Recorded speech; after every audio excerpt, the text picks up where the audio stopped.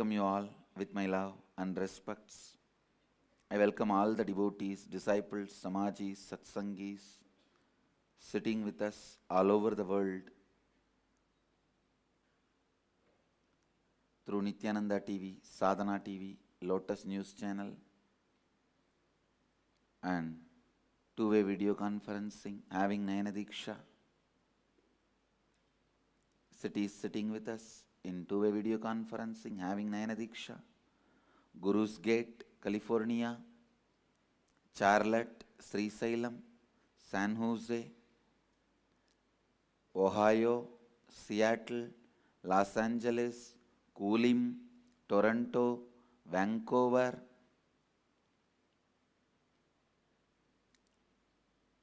Guptakashi, next to Guptakashi, Chicago, Srirangam, Atlanta, New York, Adi Arunachalam, New Zealand Adi Arunachalam, New York Varanasi, East London UK, Austin, Mulund, Mumbai, Dubai Vaidyanatham, Devon UK, Houston Kalahasti, Port Washington New York, Singapore, Oman Sivagangai, San Diego Pacific Beach, Atlanta, Colorado Springs, Melbourne, Australia, Seremban, Kathmandu, Nepal, Calgary, Amarnath, Paris, Home Temple. I welcome all. Biddi. I welcome all of you with my love and blessings. Blessings to Mulund Mumbai Sangha by distributing food and doing Annalaya work. Blessings. Blessings for the whole Annalaya work, Ma Paripurnananda, and the whole Mulund Mumbai Sangha. Blessings. Great. Let's enter into today's satsang. உங்கள் அனைவரையும் வணங்கி வரவேற்கின்றேன்.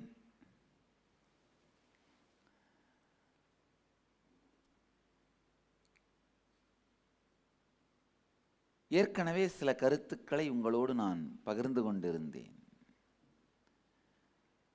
கடந்த 3 நாட்களாக தமிழ் தியான சத்சங்கம் காலை நித்திய சத்சங்கத்தின் மூலமாக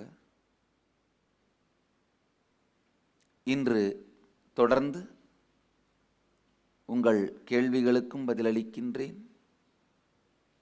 உங்களுடைய சந்தேகங்களுக்கும் விடையளிக்கின்றேன். சித்தர்களும் ஆழ்வார்களும் நாயன்மார்களும் வாழ்ந்த பக்தி தமிழ் திருநாட்டில் இப்பொழுது பக்திக்கு பஞ்சமும் பங்கமும் நிகழ்கிறதே சுவாமிஜி. பக்தி உணர்வோடு இருப்பவர்கள் எல்லோரையும் முட்டாள்கள் என்றும் புத்தி இழந்தவர்கள் என்றும் சொல்லி கேலிக்குள்ளாக்குகிறார்கள். இந்த அநியாயமான நிலை மாற என்ன செய்ய வேண்டும்? இந்துக்களான நாங்கள் எங்கள் முன்னோர்கள் போன்று பக்தியை உறுதியாக வெளிப்படுத்த வேண்டுமானால் என்ன செய்ய வேண்டும்? தனிநபரான என்னுடைய பணி இதில் என்ன? நாம் பொதுவாக இந்த மாதிரி சப்ஜெக்ட்ஸையே தொடர்றதில்லை. காரணம், என்னுடைய விடை ரொம்ப ஸ்ட்ரெயிட் ஃபார்வர்டா நேரடியாக இருக்கும். இன்னொரு பெரிய கொடுமைங்கயா, தமிழர்களாகிய நாம் விமர்சனத்தை தாங்கிக் கொள்ளக்கூடிய தன்மையை, குணத்தை இழந்து விட்டோம். நம்முடைய தலைவர்கள் அந்த விமர்சனத்தை தாங்கிக்காம பண்ற ரவுடிசங்களை பார்க்கும் பொழுது, அது காலையில் பத்திரிக்கையில் ஏதாவது ஒரு வார்த்தை பிசறி தப்பாக ஸ்டேட்மெண்ட் கொடுத்துட்டிங்கன்னா மாலைக்குள்ள ஒன்று ஆட்டோலேயோ இல்லை 2 வீலர்லேயோ அவங்க வசதிக்கு ஏற்ற மாதிரி ரவுடிகள் உங்கள் வீட்டு முன்னாடி வந்துடுவாங்க. கல்லால் அடிக்கவோ பெட்ரோல் குண்டு போடவோ அவரவர்கள் வசதி தகுதிக்கு ஏற்ப தங்கள் எதிர்ப்பை ஜனநாயகமான முறையிலே வெளிக்காட்டுவார்கள். இதை பார்த்து பார்த்து பார்த்து என்னானீங்கயா, இந்த விமர்சனத்தை தாங்கிக் கொள்ளுகிற சக்தியை இழந்து விட்டோம். நல்லா புரிஞ்சுங்க.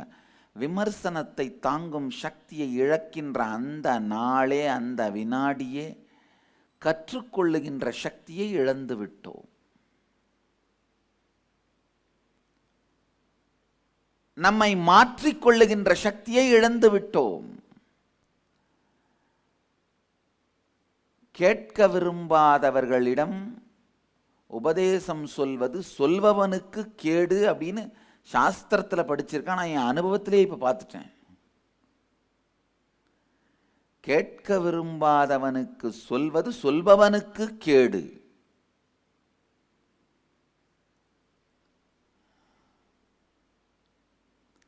அதனால தான் பொதுவாக இந்த மாதிரி, ஏன்னா இப்போ இந்த கேள்விக்கு நான் விடையளித்தேன்னா எப்படியா இருந்தாலும் இதுக்கு காரணமானவர்கள்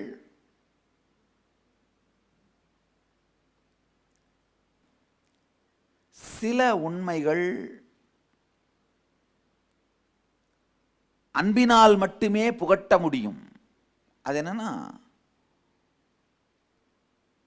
ஒரு கவிதை எழுதுறது, ஒரு ஓவியம் வரைகிறது, இல்லை ஒரு சிற்பத்தை செதுக்குவது, இதை நீங்கள் ஒருத்தரை அடித்து ஃபோர்ஸ் பண்ணி கற்றுக் கொடுக்கவே முடியாது. அதனால தான் சொல்கிறேங்கய்யா,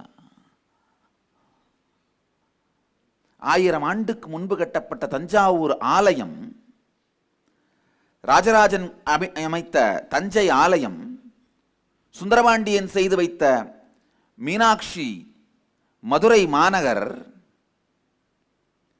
வெறுமனே தமிழனின் கட்டிடக்கலைக்கான எடுத்துக்காட்டு அல்ல, கட்டிடக்கலைக்கான ஒரு சின்னம் அல்ல.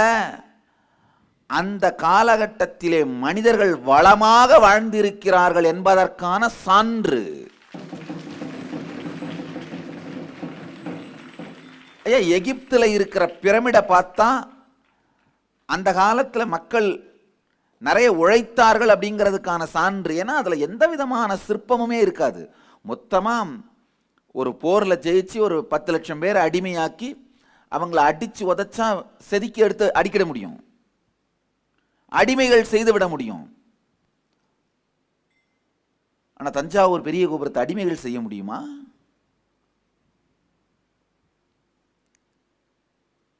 மதுரை மாநகரத்தை அடிமைகள் சமைக்க முடியுமா? முடியாது. அரசனின் உத்தரவை ஏற்று கூட அந்த மாதிரியான ஒரு கலை பொக்கிஷத்தை சமைக்க முடியாது. தானே ஆனந்தத்தில் பொங்கிக் கொண்டு துள்ளி குதித்து உற்சாகத்தோடு செயல்பட்டா மட்டும்தான் என்னால் தெளிவாக பார்க்க முடியுது. அந்த ராஜராஜேஸ்வரம் தஞ்சை பிருகதீஸ்வரம் ஆலயம் கட்டப்படும் பொழுது சிற்பிகளும் பணியாளர்களும் உழைப்பாளர்களும் ஆங்காங்கு சிவநாமத்தை சொல்லி சங்கீர்த்தனம் செய்து கொண்டே வேலை செய்திருப்பார்கள்.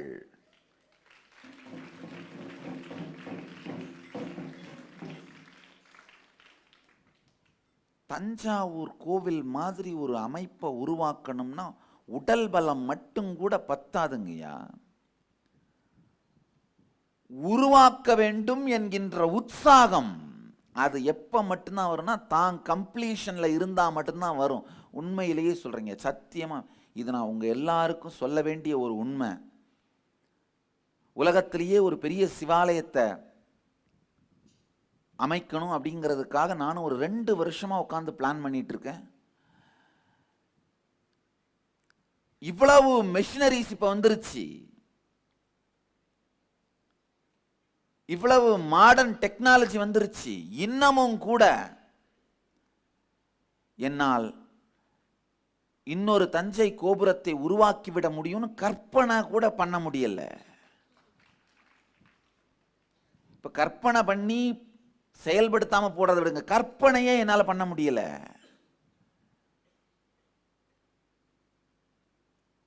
பொதுவாகவே எங்க சங்கத்துல நான் தான் பெரிய பெரிய வேலைகளை பண்ண சொல்லி சொல்வேன். மற்றவங்களாம் இல்லை சாமி அது முடியுமா, இந்த அளவில் பண்ணிடலாம் அப்படிம்பாங்க.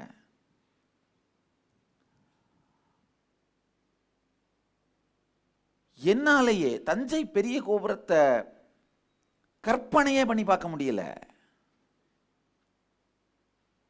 இவ்வளவு டெக்னாலஜி இருந்தும் நல்லா புரிஞ்சுக்கோங்க, அந்த பெரிய கோபுரத்தை கற்பனை பண்ணவர்களுடைய இதயம், அது மட்டும் இல்லாமல் இப்போ ஸ்தபதி மட்டும் அதை விஷுவலைஸ் பண்ணி அவர் ஸ்பேஸில் கிரியேட் பண்ணால் பத்தாது. அட்லீஸ்ட் அந்த முதல் நிலையில் ஒர்க் பண்ணுறாங்க பாருங்க, இரண்டாம் கட்ட தலைவர்கள்னு சொல்லுவோமே ஒரு பொலிட்டிக்கல் பார்ட்டியில், அந்த முதல் நிலையில் ஒர்க் பண்ணுற ஒரு 5000 பேராவது அந்த தஞ்சை கோபுரம் அந்த கான்செப்டை கம்ப்ளீட்டாக அவங்க ஸ்பேஸுக்குள்ளே வாங்கணும். அப்போ 5000 பேராவது ஒரு கம்ப்ளீஷனில் இருந்தாகணும். அந்த விஷுவலைசேஷன், அந்த கிரியேட்டிவிட்டி அவங்களால கிராஸ் பண்ண முடியணும். அதை ரியாலிட்டியாக மாற்றணுங்கிற உற்சாகம், இன்ஸ்பிரேஷன் வந்தாகணும். இது சத்தியமாக சாதாரண வேலை இல்லைங்கயா. ஏன்னா இந்த மொத்த 10 ஆண்டுகளாக நான் உழைத்து இந்த தியானபீட சங்கத்தின் மூலம் இவ்வளவு வேலை செய்து, இவ்வளவு பேசி, இவ்வளவு சொல்லியும் ஒரு சில 100 பேர்களைத்தான் கம்ப்ளீஷனில் இருக்க வைக்க முடியுது. அவங்கள அந்த கம்ப்ளீஷனுக்கு எடுத்துகிட்டு வந்து அவர்களுடைய கிரியேட்டிவிட்டியை இன்ஸ்பயர் பண்ணி நடுவில் உட்கார்ந்து யோசிச்சு பார்த்தா தான் தெரியுது, தஞ்சை பெரிய கோபுரம் தமிழனுடைய கட்டிடக்கலைக்கு மாத்திரம் எடுத்துக்காட்டு அல்ல,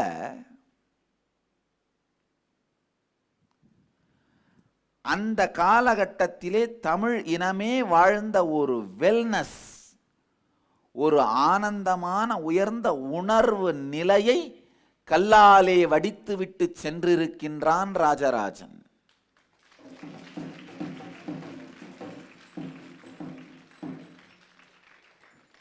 இல்லைன்னா இது சாத்தியமே இல்லை. எந்த விதத்திலுமே சாத்தியமில்லை. அடிமைகளாலே இவ்வளவு அருமையான சிற்ப வேலையை செய்ய முடியாது. நல்லா புரிஞ்சுங்க. அடிமைகளால மொத்தமா செதுக்கி வைக்க முடியும். பிரமிடெல்லாம் பார்த்தீங்கன்னா ஒண்ணுமில்லை, மொத்தமா செதுக்கி அடுக்கின கல்லுங்க. தஞ்சாவூர் கோபுரம் அப்படி இல்லை. ஒரே ஒரு இன்ச் தாராசுரம் கோவில், கங்கை கொண்ட சோழபுரம் கோவில், இதெல்லாம் பார்க்கும் பொழுது ஒரே ஒரு இன்ச்சை கூட காரு பண்ணாம விடலை, செதுக்காம விடலை அவங்க.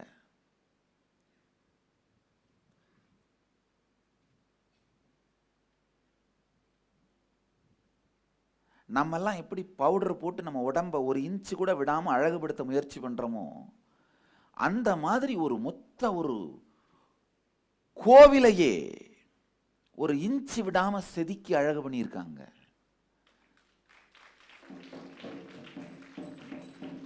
இந்த மாதிரியான கலைகள் அன்பால் தான் கற்றுக் கொடுக்க முடியும். ஒரு ஆழமான, கொடுப்பவருக்கும் வாங்குபவருக்கும் நடுவில் ஒரு ஆழமான அன்பு இருந்தாகணும்.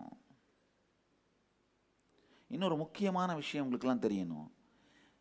இந்த கருங்கல் துறையில வேலை செய்யறவங்க 50 ஆண்டுகளுக்கு மேல் வாழ்வதில்லை. காரணம் என்னன்னா, என்னதான் நீங்க முகத்துல திரை போட்டு பாதுகாத்தாலும் அந்த கல் தூசி பவுடர் மாதிரி போய் லங்ஸ்ல உட்கார்ந்துரும்.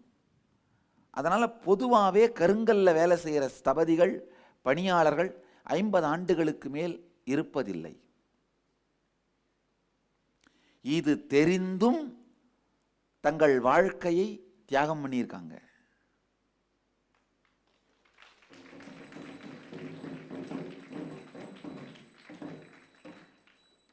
இன்னும் சில கலைகள் இருக்கு. அன்பும் தேவையில்லை, வெறுப்பும் தேவையில்லை. ஜஸ்ட் ஒரு சாதாரணமாக சொன்னா கேட்குறவங்க கற்றுக்க முடியும். கணிதம், ஒரு கணிதத்தை கற்றுக் கொடுக்க ஆசிரியருக்கும் மாணவனுக்கும் நடுவில் எந்த விதமான ஒரு ஆழ்ந்த அன்பு உறவு தேவையில்லை. ஆனால் ஒரு கவிதையையும் கலையையும் ஓவியத்தையும் கற்றுக் கொடுக்கணும்னா கொடுப்பவருக்கும் வாங்குபவருக்கும் இடையிலே ஆழமான உறவு வேணும், அன்பு வேணும். அன்பில்லாத அந்த இடத்துல கவிதை பிறக்க முடியாது. அன்பு ஒன்று கொடுக்கணும், இல்லை முறியணும், அப்பதான் கவிதை பிறக்கும். உன்னை இதயம் மலரணும், இல்லை மலர்ந்திருக்கும் இதயம் முள்ளால குத்தப்படணும், அப்பதான் கவிதை வரும். அன்பினுடைய ஆனந்தமாகட்டும் சோகமாகட்டும், ஆனால் அன்பு சார்ந்துதான் கவிதை வரும். சில கலைகள் ஆழமான அந்த கொடுப்பவருக்கும் வாங்குபவருக்கும் இடையிலே ஆழமான அன்பிருந்து மட்டுமே கற்றுக் கொடுக்கப்படக்கூடியவை. அப்ப மட்டும்தான் டிரான்ஸ்மிஷன் நடக்கும். சில கலைகள்ல அன்பும் தேவையில்லை, எதுவும் தேவையில்லை, ஜஸ்ட் சொன்னா அடுத்தவங்க கத்துக்க முடியும். மேத்தமெட்டிக்ஸ், கணிதம், 2 2 4, அதுக்கு அன்பு தேவையில்லை. வெறுப்பும் வர்றதுக்கு வாய்ப்பு இல்லை. ஆனா சில விஷயங்கள், சில பாடங்கள் சொல்லுகின்ற ஆசான் மீது வெறுப்பை உண்டாக்கக்கூடியவை. அது என்னன்னா, தன்னை மாற்றிக்கொள்ள சொல்லி கற்றுக் கொடுக்கப்படும் பாடங்கள். எப்பொழுது கற்றுக் கொடுக்கும் ஆசான் மீது வெறுப்பும் தன்னை மாற்றிக்கொள்வதற்கான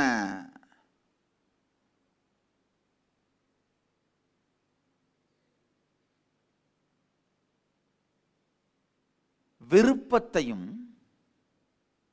இழந்து ஒரு இனம் தவிக்கிறதோ, அந்த இனம் தன்னைத்தானே அழித்துக் கொள்ளும் அழிவை நோக்கி வேகமாக இயங்கிக் கொண்டிருக்கிறது. ரொம்ப அழகா வள்ளுவர் சொல்றாரு, இடித்து உரைப்பார் இல்லாவிட்டால் ஒரு அரசன் கூட கெடுப்பான் இன்றி தானே கெடும். இடித்து உரைப்பவன் மீது வெறுப்பை காட்டுவது, இடித்து உரைப்பவன் மீது வெறுப்பை காட்டுவது மட்டுமல்லாமல் இடித்து உரைக்க யாருமே இல்லாமல் வைத்துக்கொண்டே வாழ்வது. தமிழினத்திற்கு வந்த மிகப்பெரிய சாபம் என்னன்னங்கய்யா, விமர்சனத்தை தாங்கிக் கொள்வதற்கான தகுதியை இழந்துவிட்டு வாழ்ந்து கொண்டிருப்பது. இப்ப நீங்க கேட்ட கேள்வி, சித்தர்களும் ஆழ்வார்களும் நாயன்மார்களும் வாழ்ந்த பக்தி தமிழ் திருநாட்டில், அந்த ஒரு வார்த்தையை நான் வேணா ஆட் பண்ணிடுவேன், எடிட் பண்ணிடுவேன், தெய்வீக திராவிட நாட்டில் இப்பொழுது பக்திக்கு பஞ்சமும் பங்கமும் நிகழ்கிறதே. சில பேர் என்கிட்ட சொல்றது உண்டு, இல்லை சாமி பக்தி வளர்ந்துருச்சு, பிரதோஷத்துக்கு பாருங்க சிவாலயங்களில் எவ்வளவு மக்கள், ஒவ்வொரு கோவிலையும் எவ்வளவு மக்கள் பாருங்க, திடீர்னு பாருங்க திருவண்ணாமலையில் மாசமான 10 லட்சம் பேர் மலை சுத்துறாங்க, மீனாட்சி அம்மன் கோயில ஒரு நாளைக்கு 60,000 பேர் தரிசனம் பண்றாங்க, பழனி முருகனை பார்க்கறதுக்கு 10 மணி நேரம் நிற்க வேண்டியதா இருக்கு. நல்ல ஆழமா புரிஞ்சுக்குங்க. இவைகள் எல்லாம் நல்லவை, தவறு என்று நான் சொல்ல, ரொம்ப நல்லவை. ஆனா இதையெல்லாம் பக்தி வளர்ந்துருச்சுங்கிறதுக்கான ஒரு சாட்சியாக, நிரூபணங்களாக ஏற்றுக்கொள்ள முடியாது. பக்தி பலம் சார்ந்துதான் வளரும். பக்தி வளர்ந்திருந்தால் இந்நேரம் தமிழினம் பலமாக மாறியிருந்திருக்கும். அது நடக்கவில்லை. இன்னமும் உலகத்தில் நல்லா புரிஞ்சுக்கோங்க, தமிழ்நாட்டில், இந்தியாவில் இல்லை, உலகத்திலேயே அதிகம் பேர் தற்கொலை செய்து கொள்ளுகிற மாநிலமாக தமிழ்நாடு தான் இருக்கு. இதுக்கும் கை தட்டிடாதீங்க. எதுவாக இருந்தாலும் கை தட்டி பழகி போய்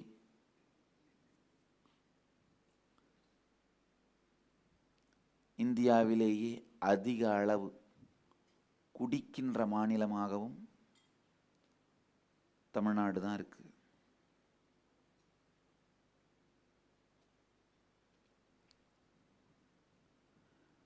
ஒருவேளை நாமெல்லாம் நினைக்கிற மாதிரி, நான் விரும்புகிற மாதிரி பக்தி வளர்ந்திருந்தா இவ்வளவு பலவீனம் இருக்காது. பிரச்சனையே என்னன்னாங்கய்யா,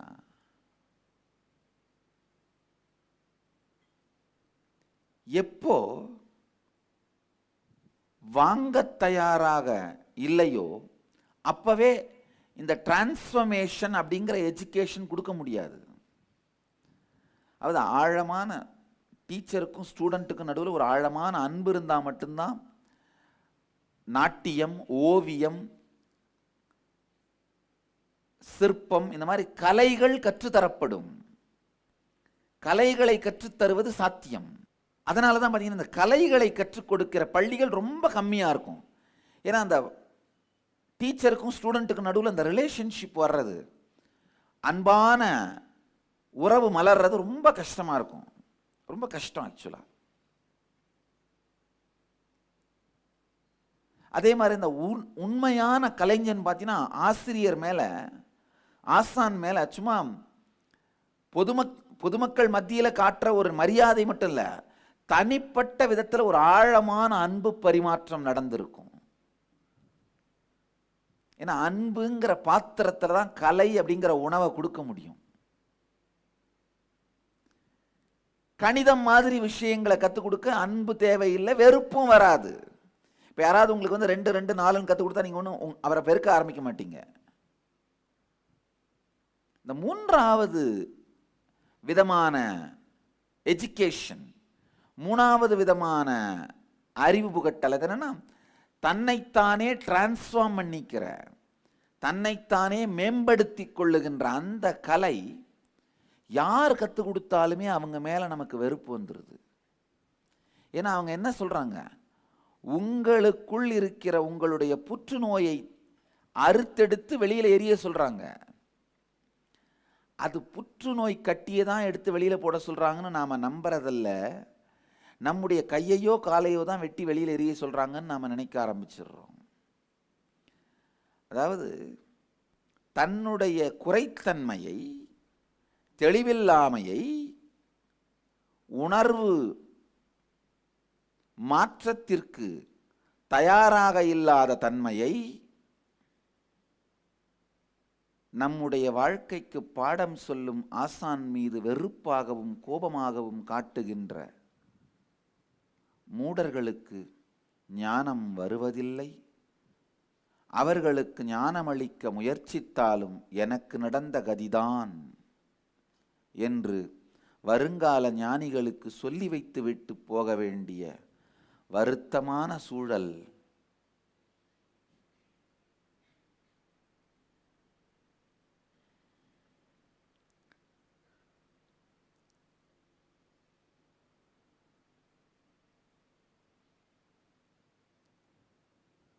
மூன்றாவது நிலை எஜுகேஷன். முதல் நிலை எஜுகேஷன் கலைகளை கொடுக்கின்ற கல்வி. இரண்டாவது நிலை எஜுகேஷன் இந்த கணிதம் அந்த மாதிரியான துறை கல்வி. மூன்றாவது நிலை எஜுகேஷன் தன்னுடைய உணர்வு மாற்றம், டிரான்ஸ்ஃபர்மேஷன்.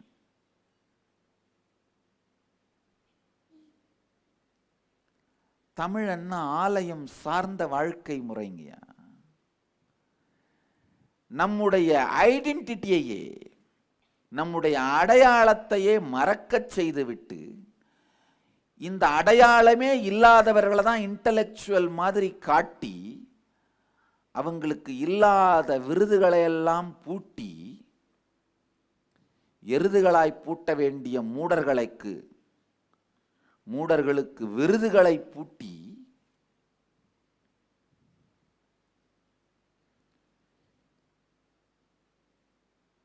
இந்த உணர்வு மாற்றம் சார்ந்த எந்த கல்வியும் வேரூன்றாமல்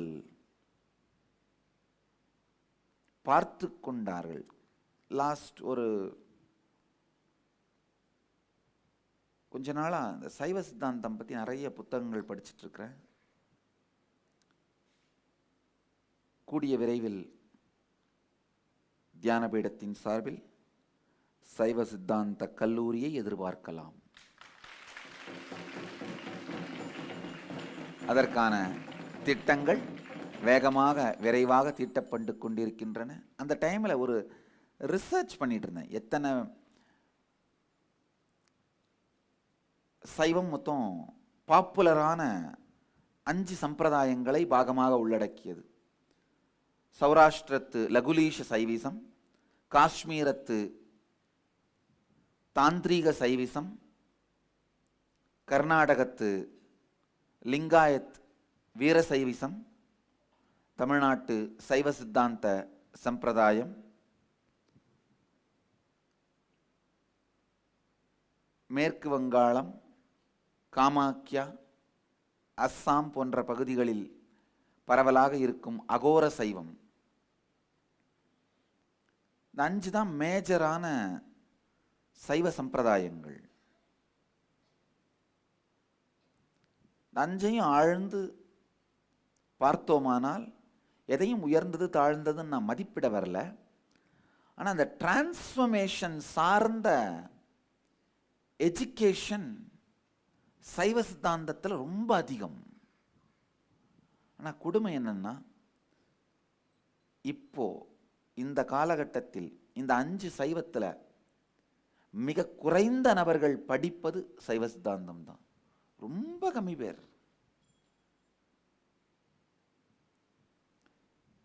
படிக்க ஆள் இல்லாததுனால கல்லூரிகள் இல்லாமல் போச்சு. அது மட்டும் இல்லாமல் அது மனிதனை மேம்படுத்தக்கூடிய அறிவாக அந்த சைவ சித்தாந்தம் முன்னிறுத்தப்படாததும், முன்னிறுத்தினால் நிறுத்துபவர்களை மூக்கை உடைத்து அவர்கள் மடங்களுக்குள் முடக்குவதும் தொடர்ந்து தமிழ்நாட்டில் நடந்து கொண்டே இருப்பதனால் இது ஒரு கொடுமையான சூழ்நிலை. ஒரு பெரிய ஒரு ஜென் ஞானிய ஒரு சீடன் கேட்கிறான், சாமி மனிதனுக்கு மோசமான நிலை எதுன்னு. அவர் சொல்றாரு, நீயே சொல்லம்பா, நீ என்ன மோசமான நிலைன்னு நினைக்கிற? அவன் சொல்றான், வயிற்றுக்கு சாப்பாடு இல்லாமல் இருக்கிறது. ஞானி சொல்றாரு, இல்லை. இல்லை உடுத்திக்க உடை இல்லாமல் இருக்கிறது, இல்லை. தன்னுடைய பெயர் புகழை எல்லாம் இழந்து அவமானப்படுவது, அதுவும் இல்லை.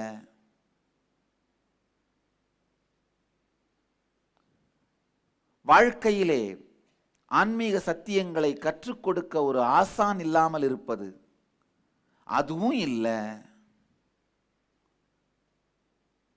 சீடன் குழப்பம் அடைஞ்சு, அப்ப இதுக்கு மேல வேற என்னவா தான் இருக்க முடியும்?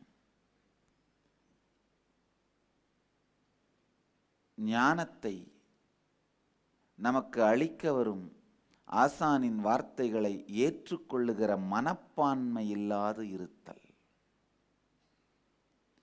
உள்வாங்குகின்ற மனப்பாங்கு இல்லாது இருத்தல். அதனாலதான்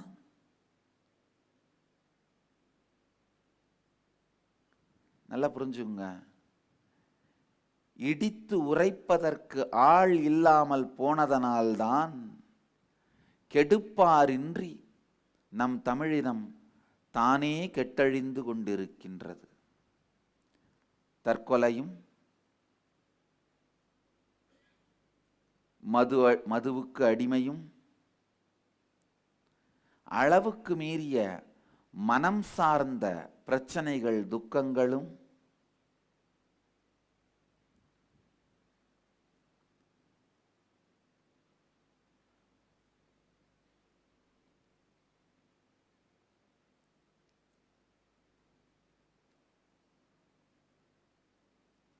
இன்டர்நெட்ல ரீசெண்டாக ஒரு ரிசர்ச் பார்த்தேன்.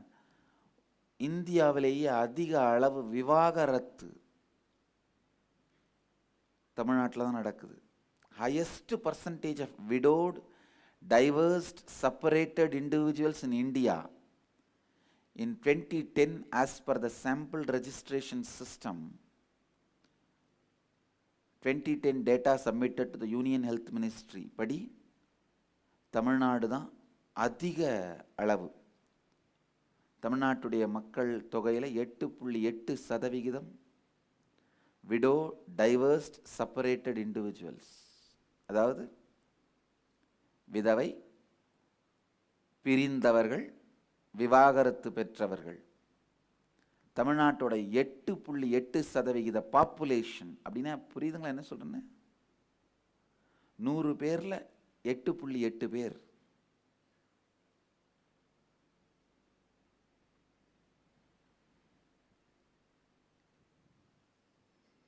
ஒரு சிவிலைசேஷனே, ஒரு இனமே விமர்சனத்தை ஏற்றுக்கொள்வதில்லை அப்படிங்கிற ஒரு மன அமைப்புக்குள்ள போனதுக்கு காரணம், அந்த இனத்தை வழிகாட்டிய தலைவர்கள் விமர்சனத்தை உள்வாங்குவதில்லைங்கிற சரியான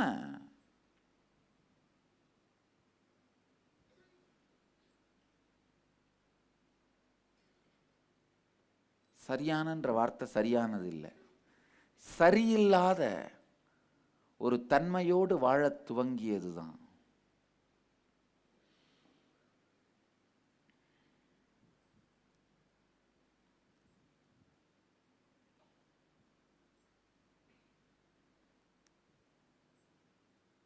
இந்த ஞான கல்வி டிரான்ஸ்ஃபர்மேஷனை கொடுக்கிற எஜுகேஷனை கொடுக்கணும்னாலே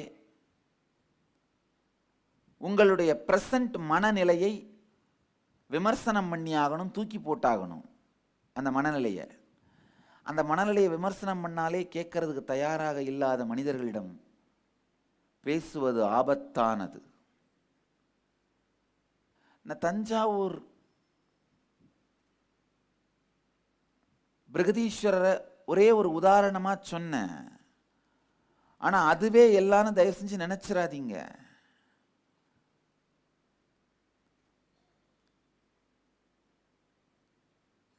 மதுரை கூடலழகர் கோவிலை பார்த்தா தஞ்சாவூர் கோயிலுக்கு செஞ்ச வேலையில குறைஞ்சபட்சம் பாதியாவது செஞ்சு தான் இருந்தாங்க அவங்க.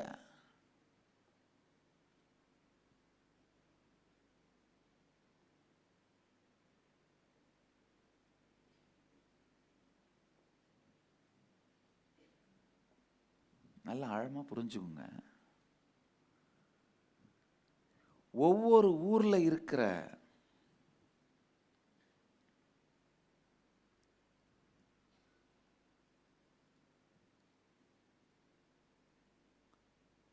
ஆலயமுமே அந்த காலகட்டத்தில் அந்த மக்கள் வாழ்ந்து வந்த ஒரு வளமான சிந்தனை ஓட்டத்தை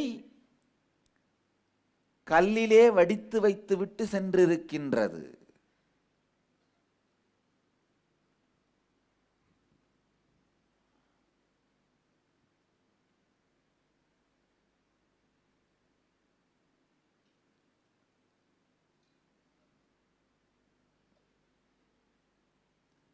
எவ்வளவு பெரிய சிவிலைசேஷன், எவ்வளவு பெரிய சிவிலைசேஷன்.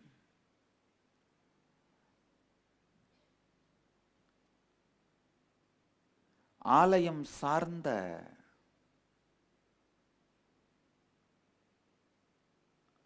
மக்கள் வாழ்க்கை முறை. ஆனா இன்னைக்கு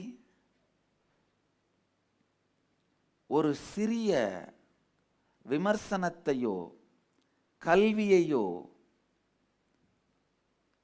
டிரான்ஸ்ஃபர்மேஷனுக்காக சொல்லப்படுகின்ற விமர்சனத்தையோ கூட தாங்கிக் கொள்ள தகுதியில்லாதவர்களாக மாறிவிட்டார்கள். அதாவது எல்லா விமர்சனமுமே நம்மளை அழிக்கணுங்கிறதுக்காக வர்றதில்லைங்க, அதை விட்டுறலாம். ஆனா டிரான்ஸ்ஃபர்மேஷனுக்காக விமர்சனம் பண்ற,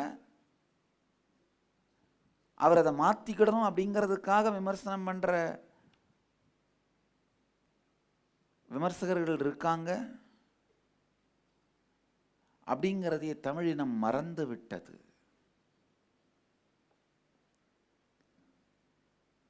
எல்லா தலைவர்களுமே விமர்சனத்தை தாங்கிக் கொள்வதை நிறுத்திவிட்டார்கள். தலைவர்கள் நிறுத்தினதுனால மக்களும் விமர்சனத்தை தாங்கிக் கொள்வதை நிறுத்திவிட்டார்கள். மக்களும் விமர்சனத்தை தாங்கிக்கிறது நிறுத்ததுனால the transformation education, உணர்வு மாற்றம் சார்ந்த கல்வி மக்களுக்கு கிடைக்காமல் போய்விட்டது. இப்ப மருத்துவத்துறைக்கு மிகப்பெரிய விரோதிகள் யாருன்னா போலி மருத்துவர்கள். அதே மாதிரி இந்த டிரான்ஸ்ஃபர்மேஷன் ஃபீல்டுக்கு, ஆன்மீக ஞானத்தை மக்களுக்கு கொடுக்கிற இந்த துறைக்கு மிகப்பெரிய விரோதி யாருன்னா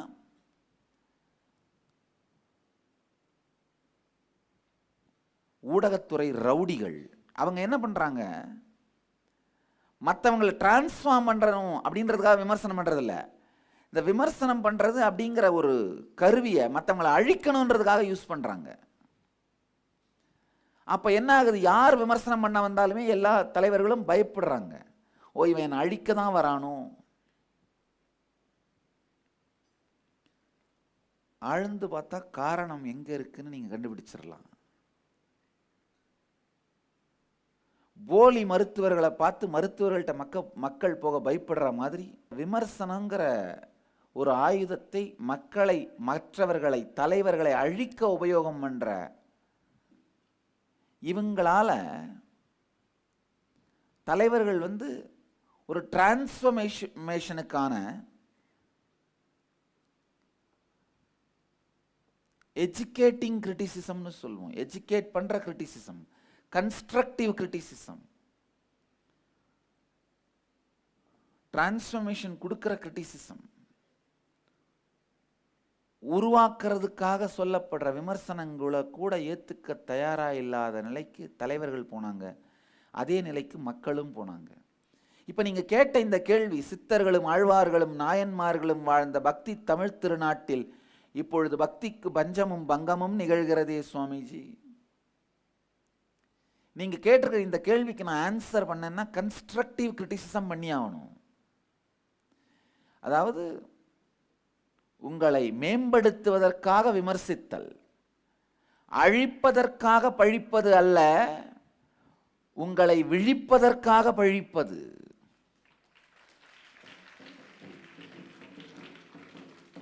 அழிக்க பழிக்கின்ற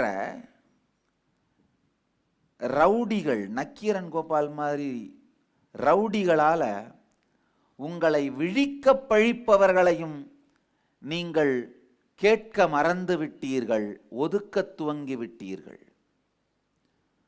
போலி மருத்துவர்களை ஒழிச்சாதான் நிஜ மருத்துவர்கள் மேல மக்களுக்கு நம்பிக்கை வரும்.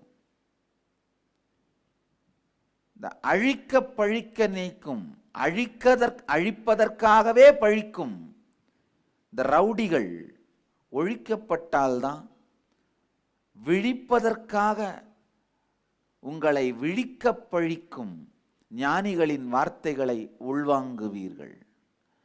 நமக்கு தேவை சுந்தரேஸ்வரருடைய உபதேசங்கய்யா, நக்கீரனுடைய குத்துறது இல்லை.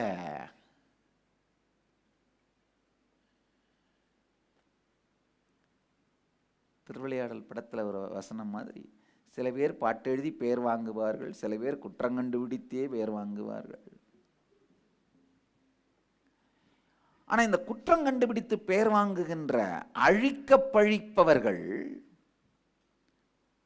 ஒரு காலகட்டத்தில் என்ன பண்ணுவாங்க, அளவுக்கு மீறி பழிச்சு பாட்டு எழுதுறாங்க, அத்தனை பேரையுமே அழிச்சிடணும்னு நினைக்கிறாங்க.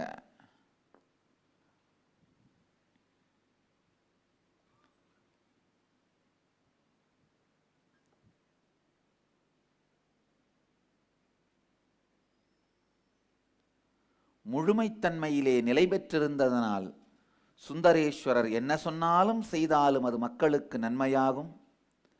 முழுமைத்தன்மையில் நிலை பெறாமல் தன் மீதே ஆழமான வெறுப்பும் இன்கம்ப்ளீஷன்ல இருந்ததால நக்கீரன் என்ன சொன்னாலும் அது தவறு. நல்லா புரிஞ்சுங்க, நக்கீரன் என்ன சொன்னான்றதை விட எந்த நிலையிலிருந்து சொன்னான்னு பாருங்க. ஒரு ஆழமான இன்கம்ப்ளீஷன்ல இருந்து சொல்றான். அடிப்படையான ஒரு உண்மை, அழிப்பதற்காக பழிக்கும் இந்த தீவிரவாத ரவுடி கும்பலால்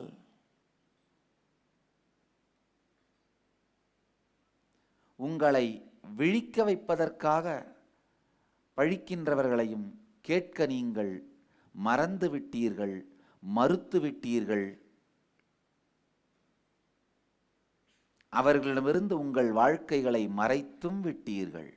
உங்கள் எல்லோரையும் நித்யானந்தத்தில் நிறைந்து நித்யானந்தத்தில் மலர்ந்து நித்யானந்தத்தில் கரைந்து நித்யானந்தமாகிட ஆசீர்வதிக்கின்றேன். நன்றி. ஆனந்தமாக இருங்கள். நித்யானந்த தியான பீடம், நித்யானந்த நகர், பிடதி, பெங்களூரு.